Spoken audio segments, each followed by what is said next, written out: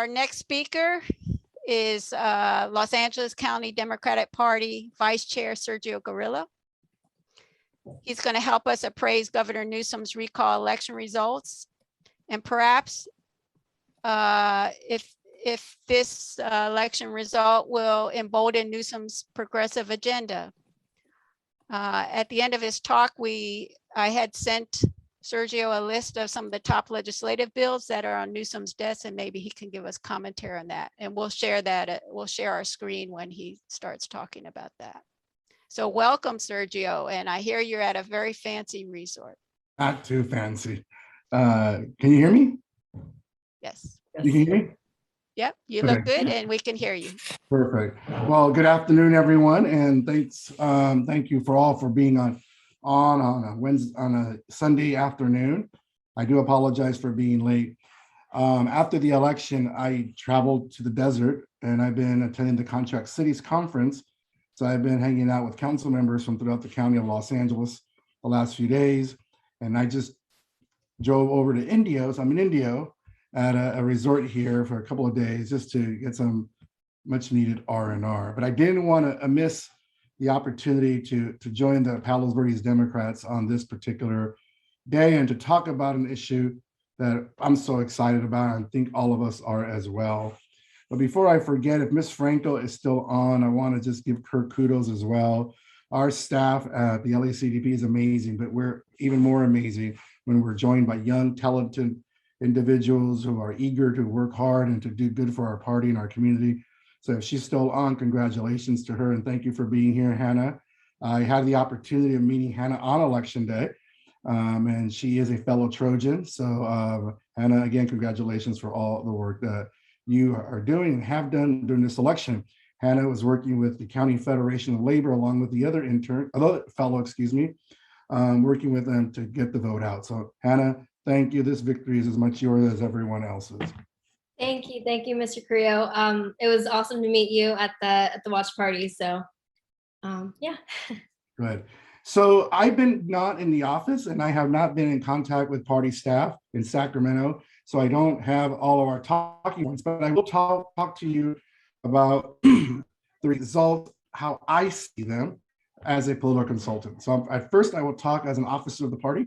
I will take that hat off and talk to you as a consultant, which is what I do for a living, and how I would be advising clients to run in 2022. And then we can delve into any questions you may have. So it was exciting. It was an exciting election. First of all, dumb to have it. This election cost Californians almost $300 million. That was the cost of taxpayers' dollars. That did not even include the cost of all the campaigns, all the money the candidates spent, all the money the special interest spent. It just on the taxpayers' side was almost $300 million. People say, what does that mean? How? Well, the printing of the ballots, the paying of staff, the operating of the voting centers for 10 days, sending out sample ballots and the official state ballot statement, and on and on and on, added up to that amount. An amount that was a waste of money because we knew in the get-go this recall was going to be defeated. And this is money that we could be used to provide more after-school programs or whatever it is that we wanted to do. And unfortunately, we had to spend it on this. Early on, the election numbers were not that good for us folks. When the recall happened and it got approved, a lot of us thought, oh, we don't have much to worry about. But early on, there was a lot to worry about. Our polling showed a race that was even at first, dead even. And it was actually kind of scary. How in the world could a recall be dead even in California when we outnumber our opponents by so much? But it was dead even. And it was dead even not because people wanted to remove the governor, but because Democrats were apathetic. There was no, Democrats didn't feel like they wanted to go to vote. Democrats didn't know that there was a ballot or that there was even a recall, or didn't even understand what a recall was. And then the scary thing is my dad asked me, oh, if I like Governor Newsom, I vote yes, right, to keep him? Like, no, Dad, you don't vote yes to keep them. This is bad. So it was kind of scary. And then we had a gift that came and kept on giving. And that gift had two words. His name was Larry Elder. And I think, honestly, that changed the election. It changed it big time. And we were able to win because Larry Elder, one of the things that we saw in this election, and one of the things that we learned from the election is how, well, first of all, how they were going to campaign against us. We knew that we had some, and I had some, I can't find my notes, so I'm looking for my notes, sorry. So I'll just try to remember them. We knew that we were running this tough race, but one of the things we learned is a couple of things. The big one that we have is that Donald Trump is still our best friend. Donald Trump was on the ballot in this election. And when we, the Democrats, and Gavin Newsom started comparing Larry Elder to Donald Trump and talking about his whatever he was going to do, it started in getting people excited to vote. And the good thing for us about Larry Elder, and the bad thing for him this time around and next time whenever he runs, is he has 27 years of recordings as a talk show host. Things that he said. And you know, I'm sure that in the middle of debate, in the middle of fighting, in the middle of arguing, people sometimes might say things they don't really mean. I'm not defending him. I'm just saying. However, he said them. He said them, and those are it's on the record. He's written op-ed pieces where he talks about women not being as bright as men when it comes into politics. I mean, he decided that minimum wage should be $0. $0. I mean, the fact that minimum wage is $15 in Los Angeles and someone works 40 hours and still lives in poverty is a problem. But the fact that he wanted to put minimum wage at 0 was just incredible. So one of the things that we learned is that continuing to run against Donald Trump helps Democrats. And it helps Democrats in states like California. And it might help us in other races as well. We have in November 2 gubernatorial races in the country. We have Virginia and we have, I believe, New Jersey. And Terry McAuliffe, who's the Democratic nominee for governor in New Jersey, is campaigning sort of similar, comparing his Republican opponent to Donald Trump, talking about what that means to our areas. Don't know if that would work in West Virginia, where it's still kind of a state that flips back and forth, but it might be. But we do know it's going to work for, it might work in some states like Texas, where we have some battleground districts where the difference could be those campaigning. So I think we're going to see a lot of campaigning in 2022 in comparison of people to Donald Trump. Even the president, if any of you were able to attend the rally with the president on Monday before the election, even he compared Donald Trump. He actually thought that Larry Elder was even more to the right than Donald Trump. And so that was kind of crazy. The other things that that was kind of stupid for Larry Elder is in a state where 70% of adults are fully vaccinated, why on earth would he run as an anti-vaxxer? Makes absolutely no sense. I call that idiot 101. I mean, I don't know where his consultants came from, but he kept on blasting the governor for the vaccination policies and then saying that when he is elected, he plans to remove them in a state where 70% of adults are fully vaccinated. And as you saw in the results of the election, I don't know if you had an opportunity to see them or not, in those counties where we had higher vaccination rates, they voted in larger numbers no against the recall. And in those counties where the vaccination rates were a lot less, they voted higher for the recall. So we're seeing trends here. The other thing that Gavin Newsom did and worked in the polls is he kept on comparing Larry Elder to Governor DeSantis and Governor Abbott of Texas and Florida. He kept on comparing them to them and saying, this is what you're going to have if we have another Larry Elder elected here. And so, so those are the two things that so far we're going to see. People running and comparing our opponents to Donald Trump. He is still on the ballot. Trumpism is still existing. We might have defeated him, but there's still a whole bunch of people who are supporters of him. And two, the vaccination campaign. This is going to be a race. The referendum in 2022 will be a referendum on vaccination policies. Now, obviously, if COVID starts going down in numbers and people start getting more vaccinated, then we can prove the vaccination works. That will help us, as well as if COVID numbers unfortunately go up and we start pushing these vaccination policies, that will again potentially hurt us. But yes, it was an extremely exciting weekend. A lot of money was spent on all sides. I will be spending I haven't been able to even get in front of my computer until today. So sorry, Anne, for not registering it earlier. It's just been one of those weeks here in the desert. But I will be putting together an analysis tomorrow and working here on the poll.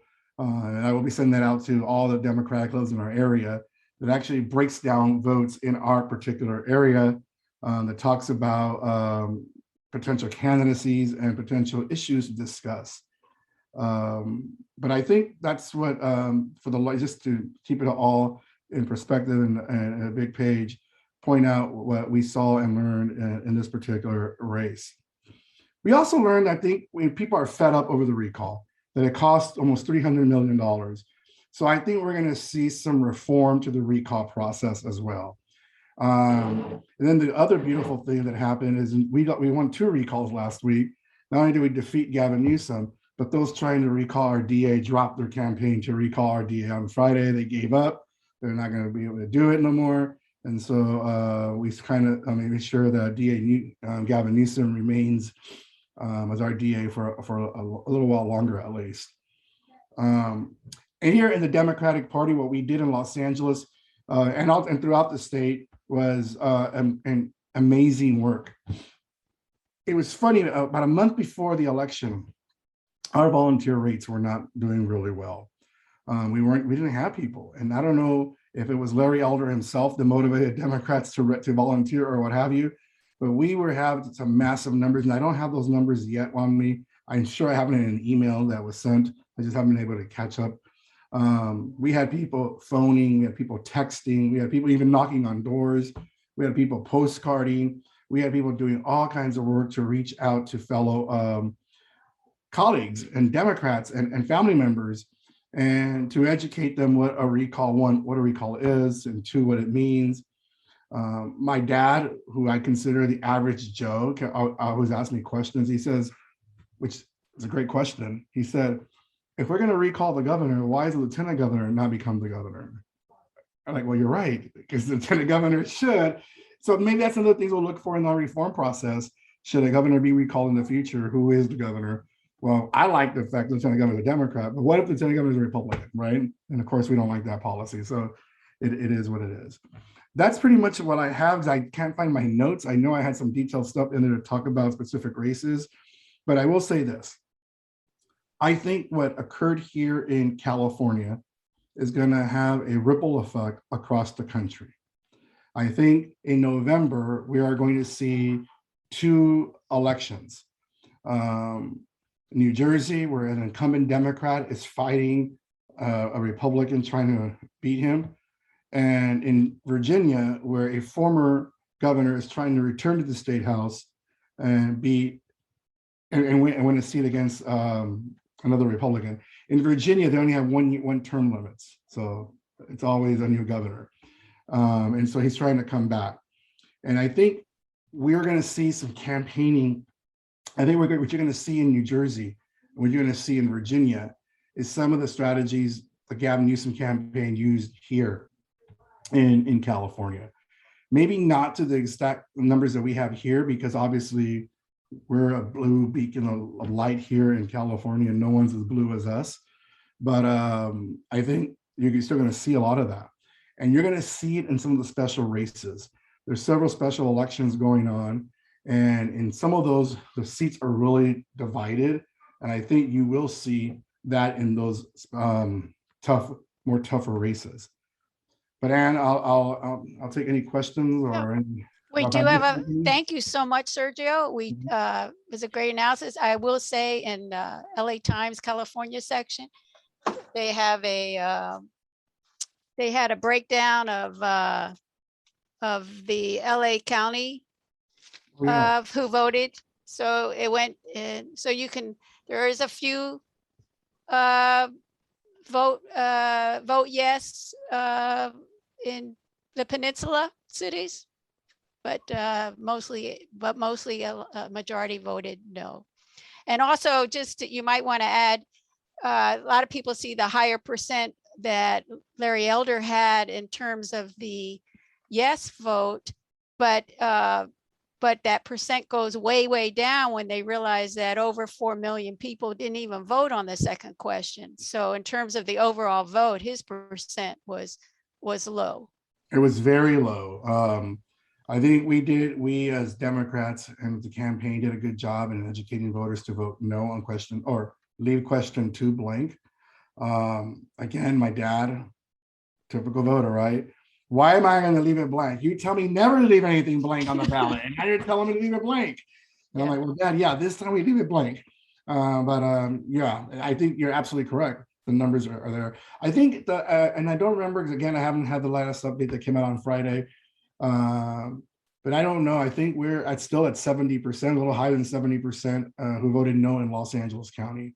Oh, it said here 74%. Oh, yeah, there you Yeah, go. so yeah, so it's still, but they are probably still getting some ballots in.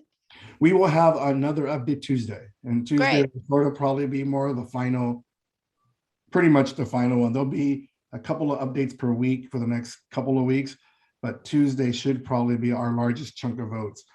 It's the ballots that will be counted that arrive by Friday, which is the statutory deadline for people to arrive by mail. And so Tuesday will pretty much, at least in Los Angeles County, show pretty much be the final numbers. There'll be a couple of ballots here or there, not a couple, but more. But yeah. Okay. So we have a few questions here on chat, and the first one was from, am I saying your name, Mayren? About, did you want to say your question, or I could say it? Do you want to unmute? Anyway, can the speaker comment on the 2022 close California races? Does the polling and recent recall experience show that California Democrats will gain or lose seats in 2022? You know, because everybody says the party that's there will lose seats. Well, we're going to lose 1 seat. We know that. Due to apportionment, we are losing 1 federal seat. So we'll be down to 52 seats. So on that note, we'll lose that seat. Redistricting has changed big time. We hope that at least when redistricting happens, that our seats will look similar to what we have today. But we know we're going to lose at least 1 seat. In the days of old, when we did a reapportionment, we literally just gerrymandered it and ran some things and did what we did. Now, when we created a Citizens Redistricting Commission, the Redistricting Commission's qualifications were that they were apolitical and didn't understand politics. And so their goal is to keep communities of interest together. I don't know how San Pedro and Calabasas are a community of interest. My congressman's Ted Lieu. He represents me in San Pedro in 1 precinct, but his district goes all the way to Calabasas. He represents all of us, most of us on the thing here. So obviously, I don't think his seat will look anything like it does now. I think he will be more South Bay based. Does that mean that we lose Congressmember Berrigan somewhere else? We don't know. We do know that there's a big push for an African-American based seat somewhere down here near Carson and Compton and moving up South LA and over west. What does that do with Ms. Berrigan? What happens in her strength of San Pedro? So we don't know. That's number 1. But we should be okay because we do have such a large number of Democrats and our urban areas are more blue than before. And so I think we should be okay on reapportionment. But when it comes to voting, I mean, I always tell people this. November 2022 is an eternity. It's an eternity from today. I mean, the people running for mayor, we have a big homeless issue in Los Angeles. We do all over. But what happens to the homeless community in the next few months could have a real huge impact on our homeless community and the election. The election cycle is very cyclical. I mean, the news cycle is very cyclical and could affect things. So November 2022 is so far away. Do I think we will lose a lot of seats? No, I don't think we're going to lose a lot of seats. I might be wrong. Traditionally in Congress, as you know, the party in the presidency loses a lot of seats. But I think this is going to be a referendum election, a referendum on Joe Biden, a referendum on our policies of vaccination. If the numbers go up, and unfortunately, and people start dying again, that's going to be a referendum on Joe Biden. But if the numbers go well, and let's say we're 100% open by November of next year, which is an eternity in politics, then things are going to be amazing and we're going to do well. We're going to win seats. But I think it's just too early to tell. But I think I know we will lose some seats because of reapportionment, but not because of the election. Okay, Connie, that's a good follow-up for your question. Hi, Sergio. Hi, Consuelo. My question is about the news media is making a lot about the erosion of the Latino male vote. We saw it in Texas in 2020. They voted more for, what's his name? Trump, I forgot his name, than they had before in 2016. And now we're seeing it again here.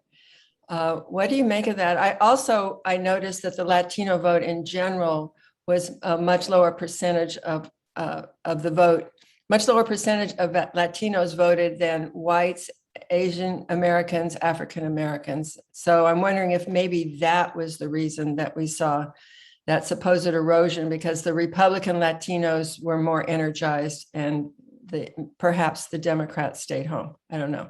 What do you think?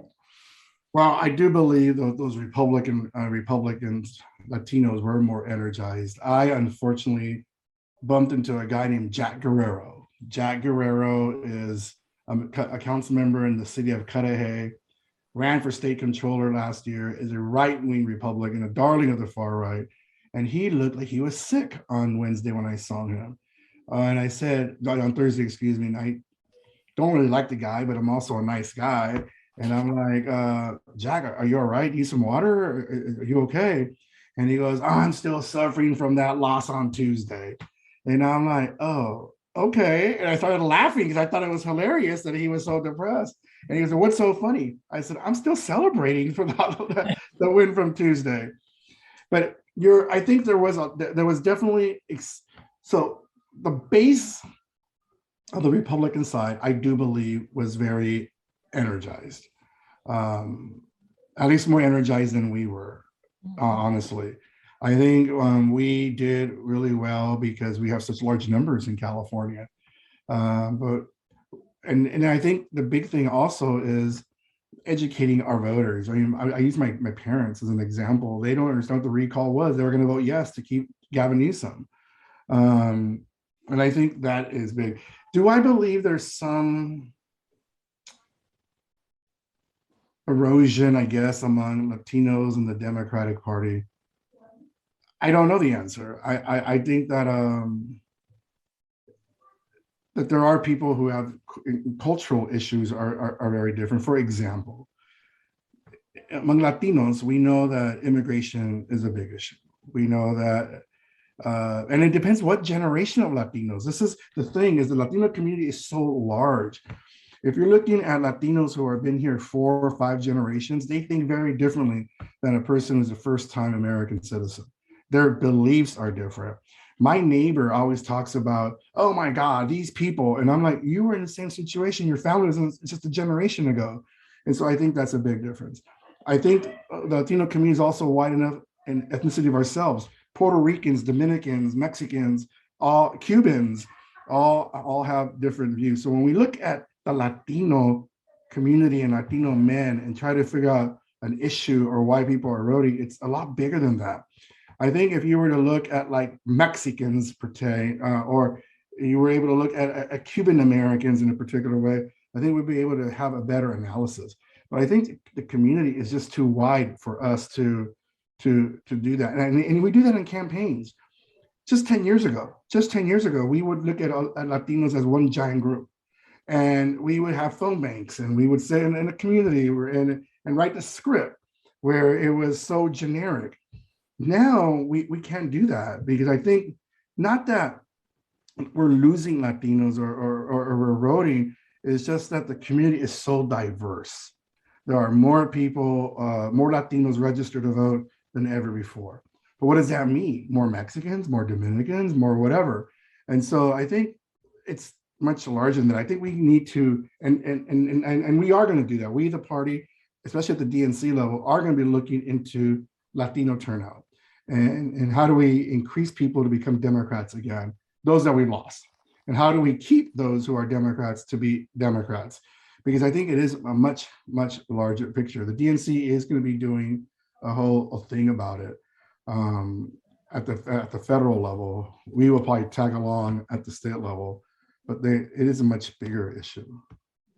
Okay, we have a few more minutes because we have some other business to take care of, Sergio, but I do want to share a screen of some legislation that is on Newsom's desk.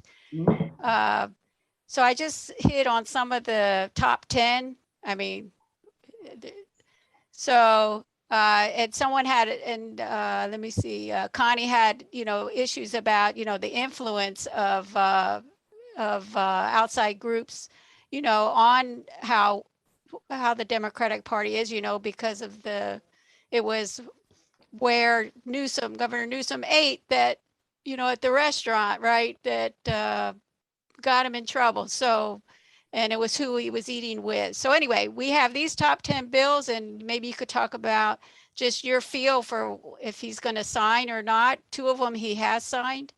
But let's go down. So Senate Bill 2, yeah. There was a lot of people here this weekend. Again, this conference that I was at was council members. So great. Government. And there were a lot of people that were upset over Senate Bills 9 and 10, obviously. Honestly, I don't know. I don't follow, and I should more. But on the party side, I'm not the one who follows legislation, so I really wouldn't have any idea where he's at. I do believe though that I think he will continue to maintain the same feelings and policy goals that he has. I don't think he's going to change as a result of this recall. But I think he feels like he's in a good position. The voters of California supported his vision of our state and not the vision of going back to 1950s. So I think he will continue in the same way he has over the last 2 years. Okay. So you think he'll still be, I mean, it's interesting that he immediately did Senate Bill 9 and 10. You can go to the next slide, Reggie. But, in terms of what was on the first, having to do with the police and Amazon, and here having to do with employment, these are really top progressive ideas. So,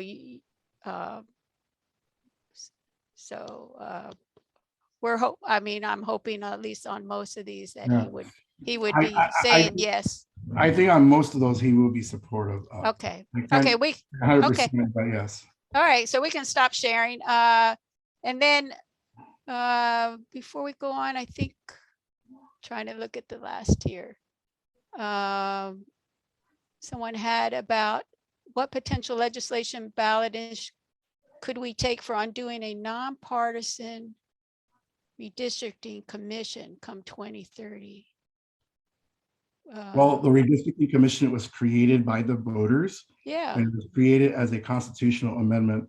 To be nonpartisan. To change it would require the same thing. It would require a constitutional amendment. So if people wanted to go back to partisan redistricting, then it would basically have another constitutional amendment. Okay. just like we did with alcohol. Yeah, We banned it through an amendment, and then we brought it back through an amendment. yeah. So the census data is late, and so I do know from the timeline that I saw that we won't know the actual numbers till December. So maybe, and that. I will tell you this. I'll use some exciting. I think it's exciting. I Oh, get excited all the time about politics. But in 1992, so 30 years ago, when was the last major change in politics, we had a lot of retirements, and we had a lot of people who came to Congress. Maxine Waters was one of them. Oh my God, the Secretary of Health and Human Services, what's his name? Javier Becerra. There are quite a few others. We are facing the same thing right now. We have several members of Congress who are in their late 70s or early 80s or mid 80s. We have people who are going to be redistricted. We're going to lose a seat. So you're going to see people, members of Congress in the same congressional seats. And so people will make a decision to retire, to step away. There might be some stronger assembly members and senators who are stronger than the sitting congressperson. So they may want to run for that stuff as well. I think we're going to see some changes. I think we're going to see a flood of people running for different seats. I think in the South Bay, I'm convinced we're going to see some changes that we're not expecting. And that's because I think we're not going to have Ted Lieu represent Calabasas anymore. And I think if you're going to make a district that's 750,000 people, you're going to take from Peter to pay Paul. And so I think we're going to see, I know some of us don't want to see our friends run against other people, but I think that's democracy. I think that's exciting. I think it gets people to debate ideas and new blood. I like it, except if they run against me, then of course that's a horrible idea. But I think we're going to see some numbers. I mean, and then the worst part, or the best part, or however you want to see it, because the maps are going to come out so late, people will have less time to prepare for that race. So that's why there's people now who are raising money for seats that don't exist, and people are running for races. I mean, I have a couple of friends that are running for lieutenant governor in 2026. So that they can just turn around and park that money into a race when the districts open up. And so it's going to be exciting, I guess, or challenging, but do expect that we're going to see some totally different districts come at the end.